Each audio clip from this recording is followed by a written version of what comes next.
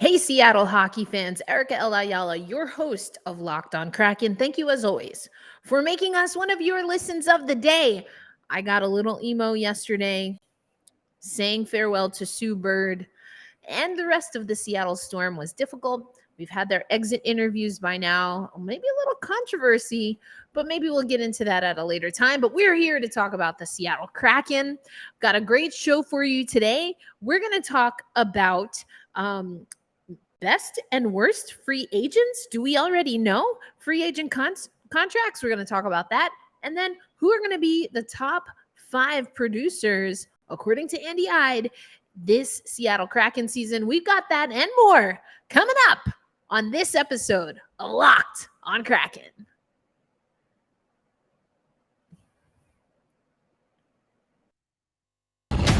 You are Locked on Kraken, your daily podcast on the Seattle Kraken, part of the Locked On Podcast Network, your team every day. We are the Seattle Kraken.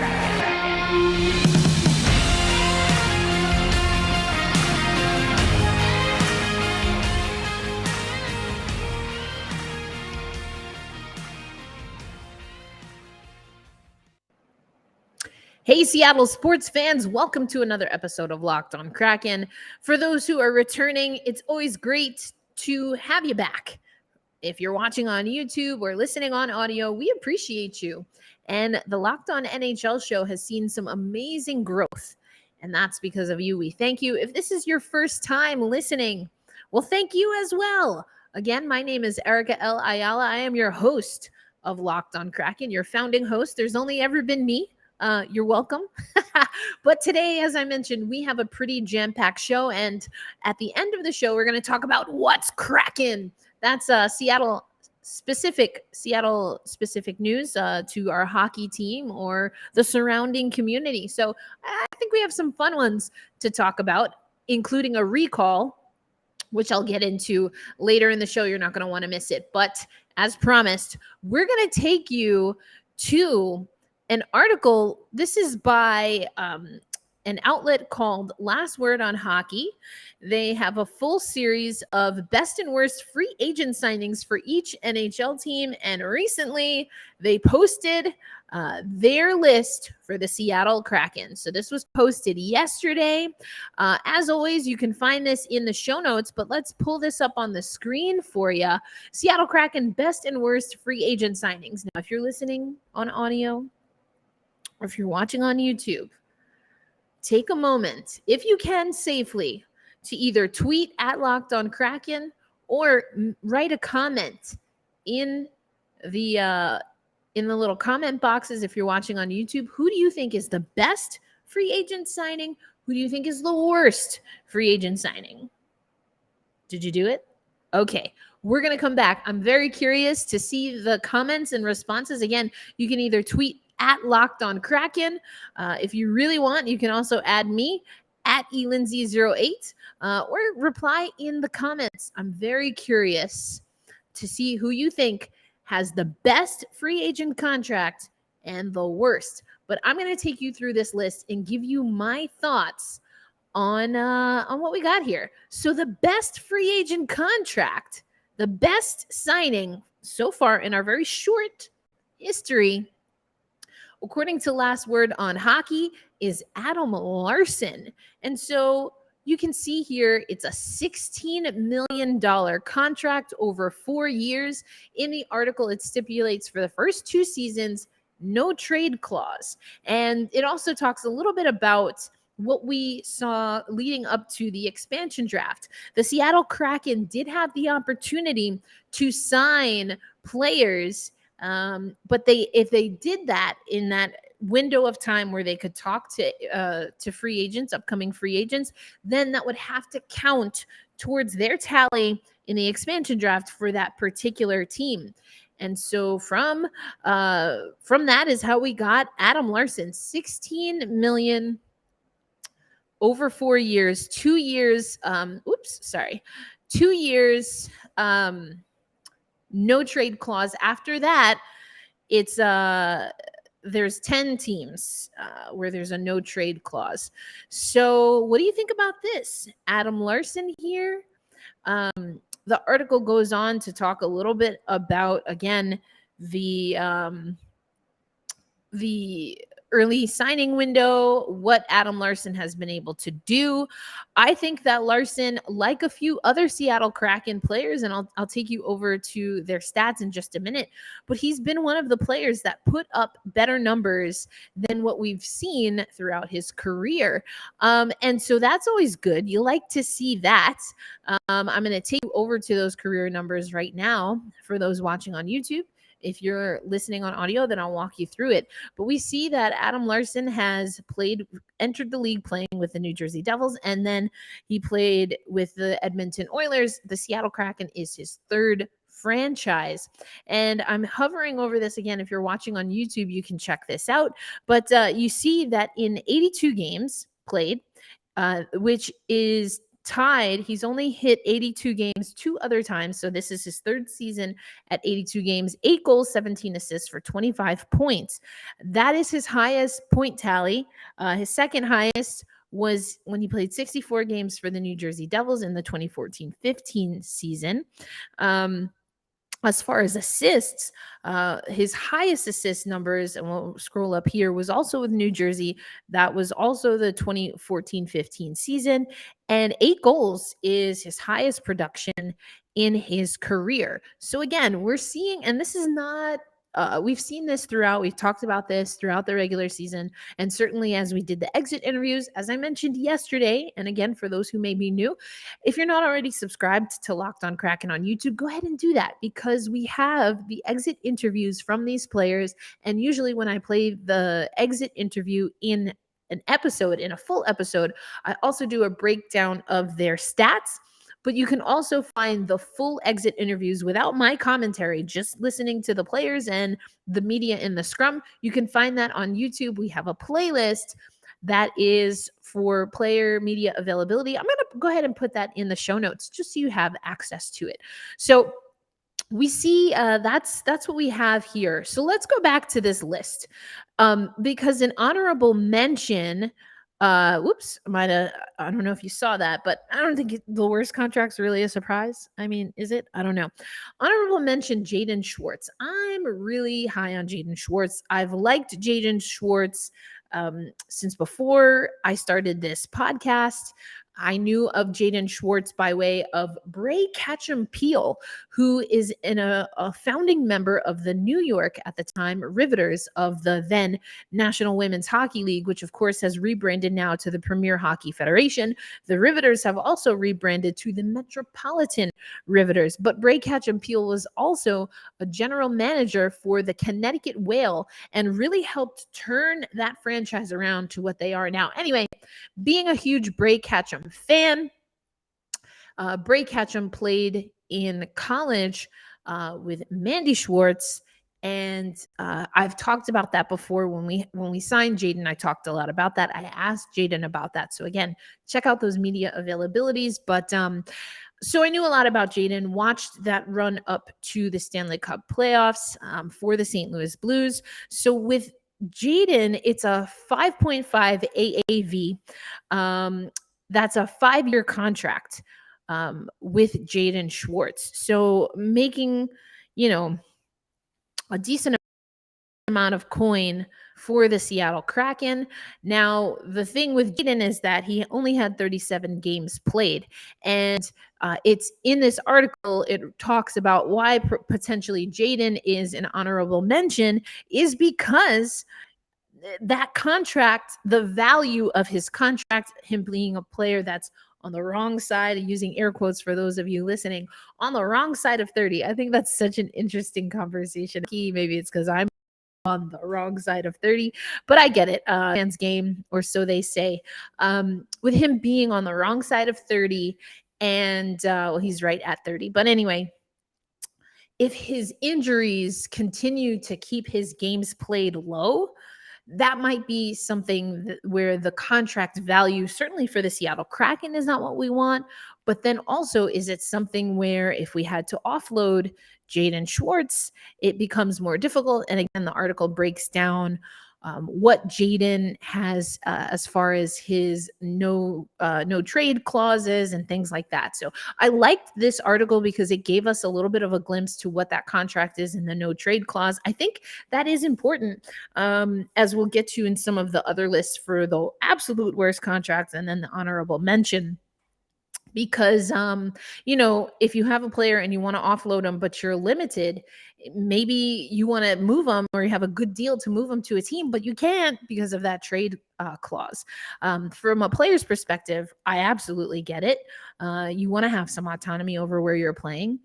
I'm just saying it makes it a little more complicated. I'm usually not the type of person who's going to cry a river for the business side of it. I'm definitely more player friendly. But anyway, it's just something to consider. All right, here we go. The worst contract. I mean, again, I gave you some time. So, hopefully this isn't a spoiler. But are we surprised? Are we surprised that it's Philipp Grubauer? With one season in hand, obviously we don't know what's going to happen here, but Philipp Grubauer did not have great numbers. I mean, so now I'm taking you over to his stats.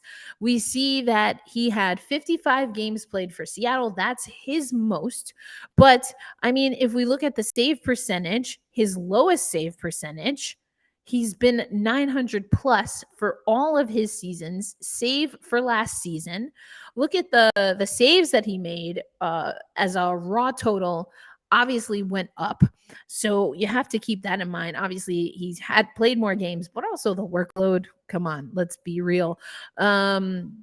So, goals against highest. He's never broke 100. He's never even gotten more than 90 goals against. Again, some of that we have to factor into how many more games he's playing, but goals against average, only once in his rookie season did he have a worse GAA, goals against average. Not a great season for Philipp Grubauer. I feel like we talked about it so much on this show. Definitely listen to my interview with Linda Cohn, former goaltender herself, obviously ESPN personality who has been championing ice hockey at ESPN for 30 years. So we had her on the show to celebrate and commemorate her 30th season, her 30th year at ESPN. And she got pretty real about Philipp Grubauer. So I don't think this is a surprise. Let's go back to the article. We know he's got Stanley Cup caliber. But here's the other thing. The deal confused many people at the time. The German had recently performed very well and was the recent Vezina Trophy finalist. However, his career stats did not match the contract awarded. And just so you know, that's a 6-year, 5.9 AAV contract. That's a big contract. And a lot of people had questions about Gruby. I mean, we know what Colorado's MO was essentially before last year. They played well in the regular season and then kind of, just couldn't get over the hump in the playoffs. Not quite the same as the Maple Leafs, but still frustrating. He's got a full no trade clause. And that's not modified until the last 3 years of the 6-year deal. So we're not getting rid of Gruby anytime soon. So just something to keep in mind. The honorable mention here, Alexander Wenberg. Now, recently I did a breakdown of Alexander Wenberg's contract because we were talking about centermen. So if you missed that, again, you can find over on the YouTube page, you can find our archived YouTube shows, not only the full shows, but also there are different playlists for individual players. So either if we have that player, there's an interview that we're showing, or if we're talking about them, you'll see them in that playlist. But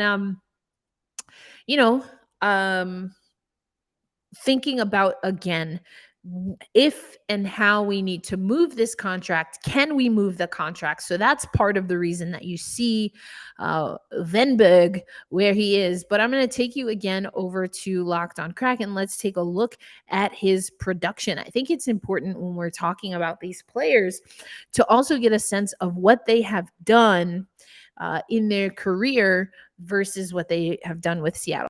Small sample size, obviously, with Seattle, and it was a tough season. Let's keep it real. So we have to keep that in mind. But, we see that Wenberg played. He was tied with his most games for Columbus. He played 80 games. He played 80 games for us. He third highest goals with 11 goals for us, 26 assists. That's about fourth best or fourth best, excuse me, and 37 points overall. So not his best numbers, not his worst, but certainly not his best. We see that with Columbus. He had a 59-point season. He had a 40-point season. And this is a Seattle team that needed offense. And again, the argument made in this article is that with that no trade clause, knowing that we have Wenberg on the books, it was a 3-year deal, 4.5 AAV, 10-team no trade clause. So the argument in this article is his AAV doubled, and we have less flexibility if we have to offload that. So something to keep in mind. But coming up next on Locked On Kraken, you might know Andy Eide from the work that he does on NHL.com or the Sound of Hockey podcast. We're going to get into one of his articles where he's talking about players for the Seattle Kraken that have to have a big season. And as promised, we'll get into our What's Kraken segment so you know what's happening in the Seattle Kraken community. But right now, let me tell you about Built Bar. I tell you all the time about Built Bar. I'm a huge fan of any snack that's going to keep me from being hangry. I actually had to pop a Built Bar earlier today. I woke up a little late, didn't have time to cook up some breakfast, but thankfully I had a Built Bar, 160 calories, 15 grams of protein in each bar, which is, of course, deliciously covered in real 100% chocolate. I did have the cookie dough chunk puffs. The thing that I love about the puffs is that it's a collagen protein in the puff, so it gives you that additional protein. It's good for your hair, your bones, your nail growth, all of that good stuff. And it's absolutely delicious. Not only is it covered in chocolate, but you have a cookie dough flavor to it. Makes it great for a quick bite, which is what I needed today. So head over to built.com. You can use promo code LOCKED15. That's going to get you 15% off your next order of Built Bar. Again, locked on 15 for 15% off your next order of Built Bars over at built.com. Happy snacking. Welcome back, Seattle hockey fans or Seattle sports fans. I told you a little bit about Sue Bird yesterday. We're going to close out the show with our What's Kraken, and I'll also let you know some of our local teams that are playing, because now that the Storm are out of the playoffs, the Seattle Kraken haven't started playing yet, but there's plenty of sports going around. And I also teased that it seems like maybe next month we might get an expansion announcement, which would mean the NBA is coming back to the Emerald City. Oh, baby. So we'll talk a little bit more about that last part as we get rolling throughout the month. But let's talk about the 5 most important players. So we talked about the best and worst. I'm looking forward to reading your comments. Who did you have as the best? Who did you have as the worst free agent contracts? But now let's talk about hopefully something a little more on the positive side. And I'm actually going to start with who Andy Eide has at number 1, because I do agree the person that we need to have an absolute lights out and better season than they had last year is the same guy who in our other article has the worst free agent contract, and that's Philipp Grubauer. Not only because we want that contract to be worth the money that we're spending and that we're committed to, but because we're committed to Philipp Grubauer, we have limitations on what we can do with Joey Decord, and Chris Drieger is out with injury. We brought in Martin Jones, but we're going to need Philipp Grubauer much more steady between the pipes this season. And so this Andy writes, Seattle doesn't need Grubauer to bounce back to his career, getting closer to his career average of 9.4 will help. Backup goalie Chris Drieger will not be available for most of the coming season after suffering a knee injury in the World Championships playing with Team Canada. So Seattle did bring in veteran Martin Jones, I just mentioned that, to fill in as the number 2 guy this year, but will lean more on Grubauer. And remember, we were talking about that equitable time between the pipes with Drieger and Gruby. Drieger talked a lot at the expansion draft about wanting to come to Seattle, and that being because he thought he was going to get more time, but then he had injuries. He had COVID. Like we talked about this numerous times on the podcast. It never came to fruition, which meant that if Gruby thought he was going to get less playing time or more equitable balance, that didn't happen for him either. So I like this. So the list goes from 5 to 1, but I wanted to start with Grubauer. So let's skip up to the top. I'm not going to go in as much detail with everyone, but Vince Dunn is at number 5. The Kraken didn't have an explosive defenseman when it came to their contributions on offense, but a return to his early career form from Dunn was encouraging. So Andy Eide liked what he saw from Vince Dunn. I think the Seattle Kraken did as well. Vince Dunn's one of my favorite players to watch. I do think he was a defenseman that stood out for the right reasons. So I like this pick. At number 4, Jared McCann, again, another that we've talked about, whether we're talking about centermen, whether we're talking about wingers. He's got that flexibility. He was on that early Triple J line. Jaden Schwartz, Jared McCann, and of course, Jordan Eberle. So I liked that Triple J line. They had to get, moved around a little bit, just given injuries and people out and stuff like that. But Jared McCann was a huge part of that, and the first player that we extended their contract. So we're expecting big things from Jared McCann. I do think that he delivered and then some last season. So what are we going to get from McCann this year? But I agree. He's got to be one of the top 5 players that we get production from. Oliver Bjorkstrand, I like this as well. I do think he has to produce. There's a reason that we got him in a trade, and we need players like Oliver Bjorkstrand. I talked about that with our crossover, or as I like to say, squadcast with Locked on Kings. We talked about it when we had Jay Foster of Locked on Blue Jackets, so we could figure out, what we're getting from Bjorkstrand. So I like this very, very much. Seems like a good guy. 30 plus goals a season is what we're hoping, is what Jay thinks we'll get. So I'm with that. And then Matty Beniers, I like this pick as well. I think so many people are enamored by Shane Wright, but we still have to figure out what we're getting from this guy. Whereas in Matty Beniers, we got a little taste, right? We got a little bit of a taste. And so now we need him to deliver, step up his game. We talked about it yesterday. He is in Michigan, putting in time, putting in work, and I love it. He'll be just 19 when the season's open, and he's still a rookie with very little NHL experience, Andy reminds us. But that being said, we did see glimmers of hope and promise, and because of his demeanor, because he has a little bit of time in the league and with the Seattle Kraken players, I think that with the additions of people like Bjorkstrand or Burakovsky, I do think that Matty Beniers is going to be in a great position to not only learn and absorb, but he's going to be able to learn by doing. And you know what? We're talking about anything but up. Again, Linda Cohn talked about that when she joined the show. We're talking about there's nowhere to go but up. We also talked about that with Eddie Garcia from Locked on Kings earlier in the week.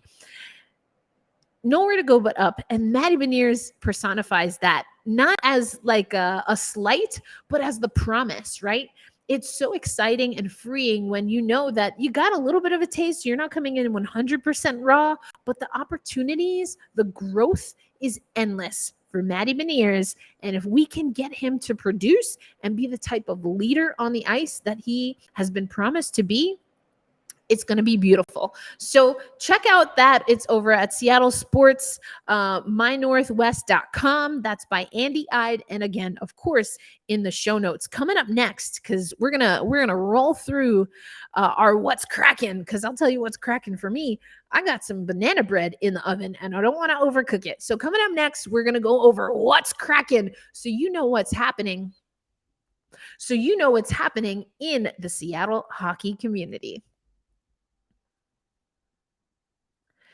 Hey, Seattle hockey fans. Okay, we're just about done with this show. But once you finish listening to Locked On Kraken, we want to make sure you go over and listen to Locked On NHL. Yeah, we put out some controversial polls on jerseys and stuff like that. But there's also some really great analysis. And they don't talk about any team specifically, they talk about them all. So if you got to catch them all, you got to catch all the news about the NHL. Locked On NHL is the way to go. And I want to make sure that I'm going to tease this a little, but we have something pretty cool as an activation, as a channel, as the NHL channel, as we get into live games and game recaps. So you're not going to want to miss out on that. All right, what's cracking? Let me tell you what's cracking. First of all, we are about to celebrate, starting tomorrow, the 1-year anniversary of the Kraken Community Iceplex. And just like we always see for the Seattle Kraken, of course, they have some amazing things planned. 32% off a public skate and stick and puck sessions, a free dessert with a purchase of an entree at the 32 Bar and Grill, 25% off jerseys at the team store, and more. So check that out. That's in the show notes. Congratulations on 1 year of Kraken Community Iceplex. Other things that we have in our What's Kraken. I want to talk about something that we've talked about early in the show, but for those who know, I am a huge fan of Larson. She had some great analytics pieces in the depths, or the membership group for the Seattle Kraken. Now, what she posted a year ago on the depths is now available on the Seattle Kraken website. So make sure you support Allison Lucan. She's got an extended role. I can't wait to talk to her a little bit more about that. So we're going to get into that. And then, get lost, maybe not in the depths, but in the cornfield. There is going to be a Kraken themed corn maze that will benefit charities. It's the Stalker's Farm design is a Seattle Kraken theme, and the Snohomish Farm corn maze, the proceeds that they make from this will benefit the Ronald McDonald House charities. So this is pretty cool. I mean, look at this. Born of the Sea, Seattle Kraken. I mean, that seems like a pretty extensive design, so I can only imagine what it's like to get lost in the depths of a corn maze. So go check that out. Like I said, I've got some banana bread in the oven, so we want to keep this pretty short and sweet. We're also coming to our 30-minute mark. So your wellness tip of the day. Hey, you know, what you fuel your body with is so important to your vibrancy, to your energy, to your overall well-being. And cooking is something that I absolutely love to do. Unfortunately, there are times where I have to do things quick and easy, but that's why Built Bar's got me covered. Even when I have to grab a quick snack, I try to do it on the more healthy side. But when I get to cook, it is something that is just a love language, whether I'm appreciating myself and making sure I'm fueling my body the right way, or if I want to show my love and appreciation for other people. So find your way and your love language and your way of honoring and appreciating yourself and others. For me, it just happens to be cooking. So I'm going to get to that banana bread, but I hope you find your joy. We talked about that yesterday. I've talked about and been honest how it was tough. It's tough at times, but find your joy. Honor and respect those who are around you and who, you know, have shown you such compassion and grace in your hard times. And this Locked On Kraken community is definitely that for me. Until our next episode, hold fast, stay true, be kind to yourself and to others. And of course, let's go Kraken. I'll see you on the next episode. Peace.